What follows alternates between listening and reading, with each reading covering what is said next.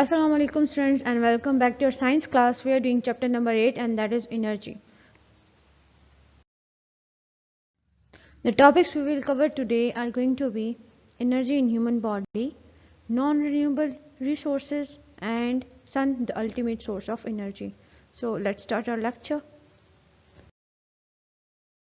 Our first topic is energy in human body. We use energy to do things. We get energy from the food we eat. The energy supports our daily activities. हमें कोई भी काम करना हो तो हमें उसके लिए एनर्जी चाहिए होती है. हम एनर्जी को यूज़ करके अपने सारे काम करते हैं और वो एनर्जी हमें कहाँ से मिलती है? वो हमें उस खुराक से मिलती है जो हम खाते हैं. अगर हम खुराक नहीं खाएंगे तो हमारी बॉडी में एनर्जी कम हो जाती है, जिसकी वजह से जो भी हम काम कर रहे होते हैं उसमें हम थोड़ा सा स्लो डाउन हो जाते हैं, क्योंकि हमारी बॉडी को इनफ एनर्जी नहीं मिल रही है. और जो एनर्जी हमें वो कर रही है वो हमारी डेली एक्टिविटीज़ को क्या कर रही होती है, साथ में सपोर्ट कर रही होती हैं. क्योंकि अगर हम खुराक खा रहे हैं, खाना खा रहे हैं, तो साथ हमारी बॉडी को एनर्जी मिल रही है. और अगर हमारी बॉडी को एनर्जी मिल रही है तो जो हमारी डेली एक्टिविटीज़ हैं वो सारी की सारी एक्टिविटीज़ जो है वो एनर्जी उसको सपोर्ट कर रहा है, हम आराम से वो एक्टिविटीज़ कर सकते हैं.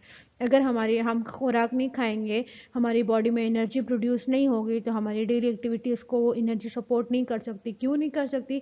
क्योंकि ज़ाहिर है जब एनर्जी होगी ही नहीं तो वो एक्टिविटीज़ को सपोर्ट कैसे करेगी. If we take more food than we need, then this extra food is stored in our body in the form of glycogen. ठीक है, अगर हम ज़्यादा खुराक खाते हैं, जितनी हमें ज़रूरत है उससे ज़्यादा खा रहे हैं, तो ये जो एक्स्ट्रा फूड है ये हमारी बॉडी में ग्लाइकोजन की फॉर्म में क्या हो जाता है, स्टोर हो जाता है. अच्छा जी, अब है हमारे पास energy in the human body and how is glycogen formed. अब हमने देखना है कि ग्लाइकोजन जो है वो फॉर्म कैसे, हमारी बॉडी में ग्लाइकोजन बनता कैसे है. क्योंकि हमने तो अभी तक कार्बोहाइड्रेट्स और ग्लूकोज की बात की थी, ग्लाइकोजन कहाँ से आ गया. सो ग्लाइकोजन की फॉर्मेशन देख लेते हैं. When we eat something, our body digests it by mixing it with the fluid in stomach. When stomach digests food, carbohydrates are converted into another form of sugar called glucose.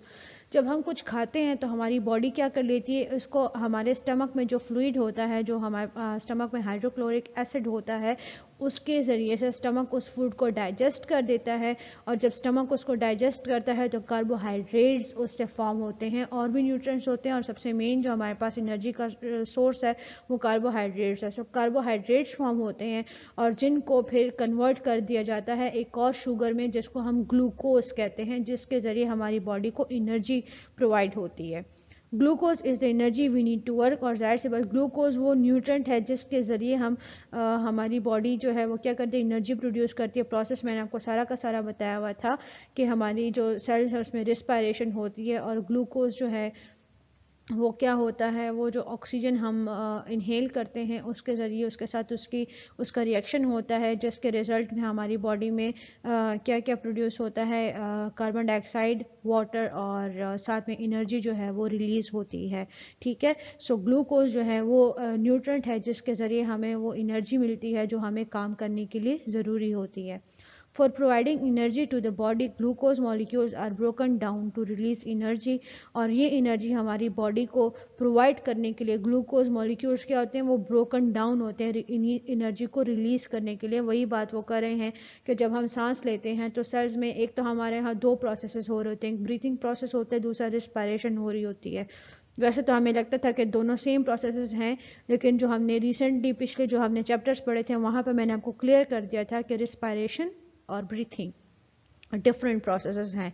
Respiration sales के अंदर होती है, जिसमें क्या होता है, जिसमें जो ग्लूकोज है वो और ऑक्सीजन आपस में उनका रिएक्शन होता है, जिसके रिजल्ट में कार्बन डाइऑक्साइड, वाटर और एनर्जी जो है वो रिलीज होती है. सो वो ग्लूकोज मॉलिक्यूल जो है वो ऑक्सीजन के साथ क्या करते हैं, ऑक्सीजन के साथ रिएक्शन करके ब्रोकन डाउन हो जाते हैं, यानी कि टूट जाते हैं, और उसके टूटने की वजह से एनर्जी क्या होती है, रिलीज होती है. Extra glucose is sent to the liver, kidney और muscle where it is stored in the form of glycogen. अब जाहिर सी बात है हमने काफ़ी सारा खाना खाया हुआ है तो काफ़ी सारा ग्लूकोज प्रोड्यूस हो गया है. अब जो ग्लूकोज हमें यूज़ करना है अपनी एक्टिविटीज़ के लिए वो तो हम यूज़ कर रहे हैं, लेकिन जो एक्स्ट्रा है अब जाहिर है वो उसका क्या करना है, तो वो क्या होता है जो एक्स्ट्रा होता है वो लिवर, किडनी और मसल साइट्स पे चला जाता है और वहाँ पे ग्लूकोज की फॉर्म में सेव नहीं हो सकता या उसको हम वो नहीं कर सकते, स्टोर नहीं कर सकते, तो ग्लाइकोजन की फॉर्म में उसको कन्वर्ट करके क्या कर लिया जाता है, यहाँ पे स्टोर कर लिया जाता है. कहाँ कहाँ पे, लिवर, किडनी या फिर मसल्स में. When the body needs extra energy or when the body isn't getting glucose from food, glycogen is processed to release glucose. जब हमारी बॉडी में एक्स्ट्रा एनर्जी नहीं होती और या हम कभी खाना नहीं खा रहे हैं, तो खाना अगर नहीं खा रहे तो जाहिर सी बात है हमें ग्लूकोज तो नहीं मिल रहा ना, क्योंकि कार्बोहाइड्रेट्स नहीं मिल रहे हैं, फूड डाइजेशन नहीं हो रहा, कार्बोहाइड्रेट्स नहीं प्रोड्यूस हो रहे, और अगर वो नहीं हो रहे तो ग्लूकोज नहीं फॉर्म हो रहा. तो ऐसी सिचुएशंस में क्या होता है, जो इन लिवर, किडनी और मसल्स में हमारा जो ग्लाइकोजन हमने स्टोर किया होता है वो ग्लाइकोजन को प्रोसेस किया जाता है और उससे वापस जो है पहली फॉर्म यानी कि ग्लूकोज उससे बना लिया जाता है. और फिर ये जो ग्लूकोज है ये ब्लड क्या करता है, इसको एब्जॉर्ब करता है और उसको फ्यूल की तरह सेल्स में यूज़ किया जाता है. देखें कह रहे हैं this is absorb by the blood to be used as fuel for the cells. और ये जो ग्लाइकोजन है जिसको क्या कर लेते हैं, जिसको ग्लूकोज में चेंज कर लेते हैं, तो वो एज फ्यूल जो है सेल्स में यूज़ किया जाता है. मतलब इसका यही है, अब ये नहीं है कि वहाँ पे ईंधन की तरह उसको जैसे इंजन में जलाया जाता है, लेकिन हाँ वैसे कह सकते हैं आपके उस तरह से ये होता है. लेकिन यहाँ पे मतलब कि सेल्स में जब वो ग्लूकोज आ जाता है तो ऑक्सीजन के साथ उसका रिएक्शन होता है, रिस्पायरेशन होती है और उसके रिजल्ट में एनर्जी प्रोड्यूस होती है. अच्छा जी, हमारा नेक्स्ट टॉपिक है नॉन रिन्यूएबल रिसोर्सेज. इससे पहले हमने रिन्यूएबल रिसोर्सेज के बारे में पढ़ा था, उसमें मैंने आपको बताया था कि वो ऐसे रिसोर्सेज होते हैं जो रन आउट नहीं होते हैं और वो बिल्कुल नेचुरल होते हैं, उसमें कोई पोल्यूशन वगैरह नहीं होती हैं, वो बिल्कुल प्योर फॉर्म्स होती हैं और उसको हम यूज़ कर सकते हैं. सो नॉन रिन्यूएबल रिसोर्स अब देखते हैं कि वो क्या होता है. Non renewable resources eventually run out. सबसे पहले तो इसका वो ये है कि ये आखिरकार ख़त्म हो जाती हैं. We can't make any more of them, और हम इससे ज़्यादा कुछ नहीं कर सकते, यानी कि अगर ये ख़त्म हो गई है तो बस वो ख़त्म हो गई है, फिर हम उसमें और कुछ चेंजेस या उससे और कुछ ज़्यादा हम नहीं बना सकते. एग्जांपल्स इसकी देख लेते हैं. Energy that comes from fossil fuels like coal, petroleum, oil and natural gas. ये जो आपके पास एग्जांपल्स हैं, तो ये देखें कोल जब हम उसको एक दफ़ा जला लेते हैं और उसको यूज़ कर लेते हैं तो जो ऐश बन जाती है, जो राख बन जाती है, उसको हम दोबारा यूज़ कर सकते हैं, वो राख हम दोबारा नहीं यूज़ कर सकते. पेट्रोलियम और ऑयल, नेचुरल गैस भी यही चीज़ें हैं कि अगर हम इनको एक दफ़ा जला लें या एक दफ़ा इनको यूज़ कर लें तो फिर हम जो चीज़ यूज़ कर ली उसको वापस यूज़ नहीं कर सकते. हाँ, और अगर हमारे पास वो रिसोर्स अवेलेबल है तो हम वो और रिसोर्स यूज़ कर रहे होते हैं. जैसे कोल है, अगर हमने यूज़ कर लिए तो जो ऐश बन गई है उसको हम दोबारा यूज़ नहीं कर सकते, लेकिन हमारे पास अगर और कोल पड़ा हुआ है तो हम उसको यूज़ कर सकते हैं. सो ये नॉन रिन्यूएबल रिसोर्सेज में आता है. अच्छा जी, around 80% of world's energy is generated from burning fossil fuel. हमारी जो पूरी दुनिया है उसमें 80% एनर्जी जो है वो ये जो फॉसिल फ्यूल्स होते हैं इसको बर्न करके क्या की जाती है, जनरेट की जाती है. The advantage of using fossil fuel is to produce energy. Fossil fuel to produce energy is that it can be used anywhere and it has a lot of chemical energy stored in it. सबसे जो इसका main advantage है वो ये है कि ये energy को प्रोड्यूस कर सकता है और इसको हम कहीं भी यूज़ कर सकते हैं और इसमें काफ़ी मिकदार में केमिकल एनर्जी स्टोर हुई होती है. The main disadvantage of burning fossil fuel is that it produces greenhouse gases like methane, carbon dioxide which cause global warming. Greenhouse gases के बारे में हम आगे काफ़ी डिटेल में पढ़ेंगे हायर क्लासेस में, लेकिन फ़िलहाल के लिए जो ग्रीन हाउस गैसेज होती हैं वो कार्बन डाइऑक्साइड और मीथेन जैसी गैसेज होती हैं जो क्या करती हैं, जो ग्लोबल वार्मिंग को वो करती हैं. जैसे आप देख रहे हैं कि टाइम टू टाइम जो है हमारी ज़मीन जो है यहाँ पे गर्मी ज़्यादा होती जा रही है, ग्लोबल वार्मिंग हो रही है.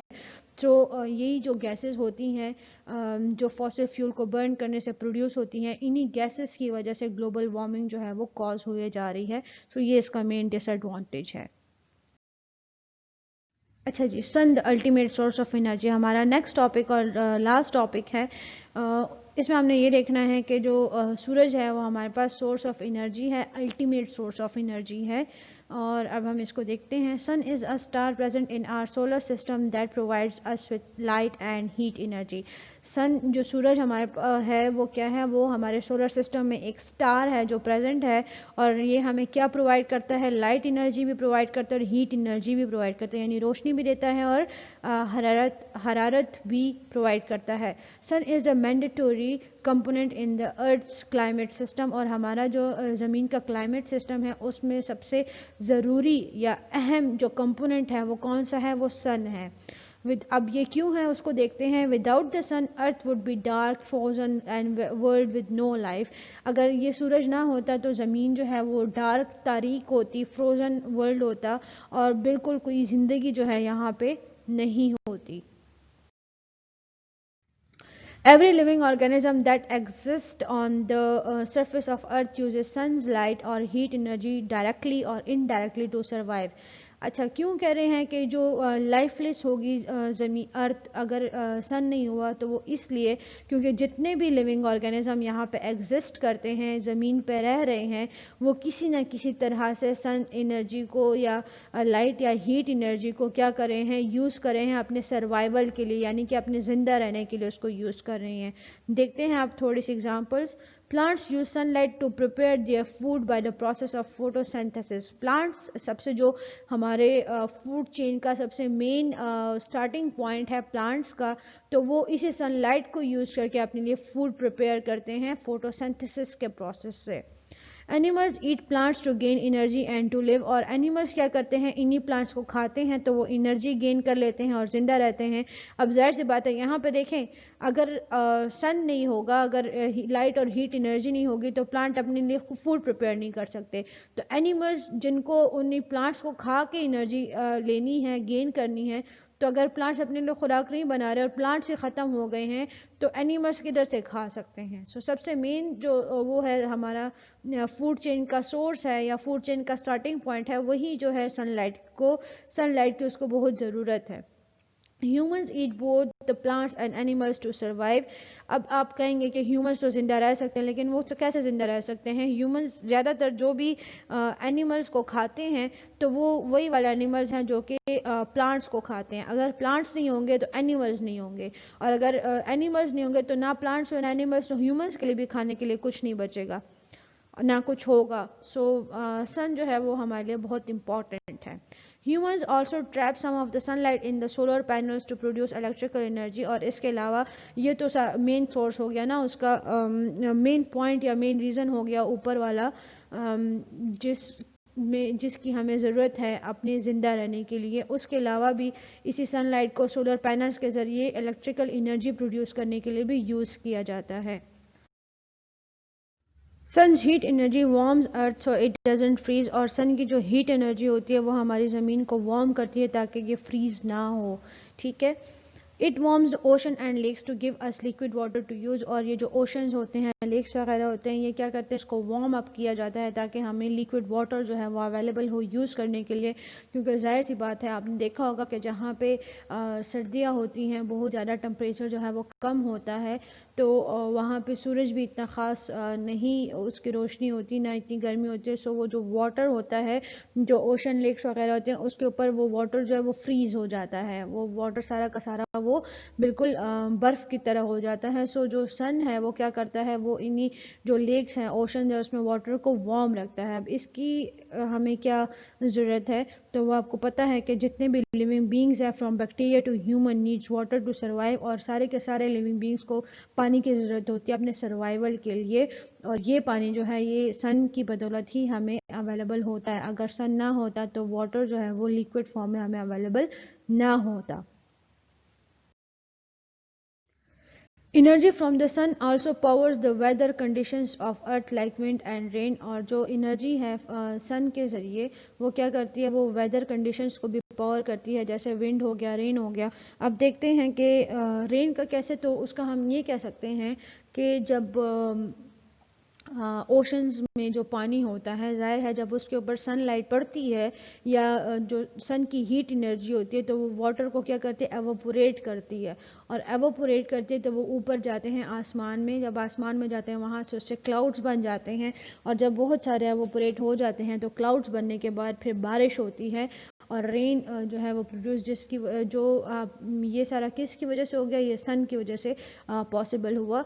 सो जो वेदर कंडीशंस हैं उसको भी सन ही क्या करता है, पावर देता है या पावर करता है, मतलब उसमें हेल्प करता है। We use wind power to produce electricity, और विंड पावर को हम किस लिए यूज़ करते हैं, इलेक्ट्रिसिटी बनाने के लिए यूज़ करते हैं।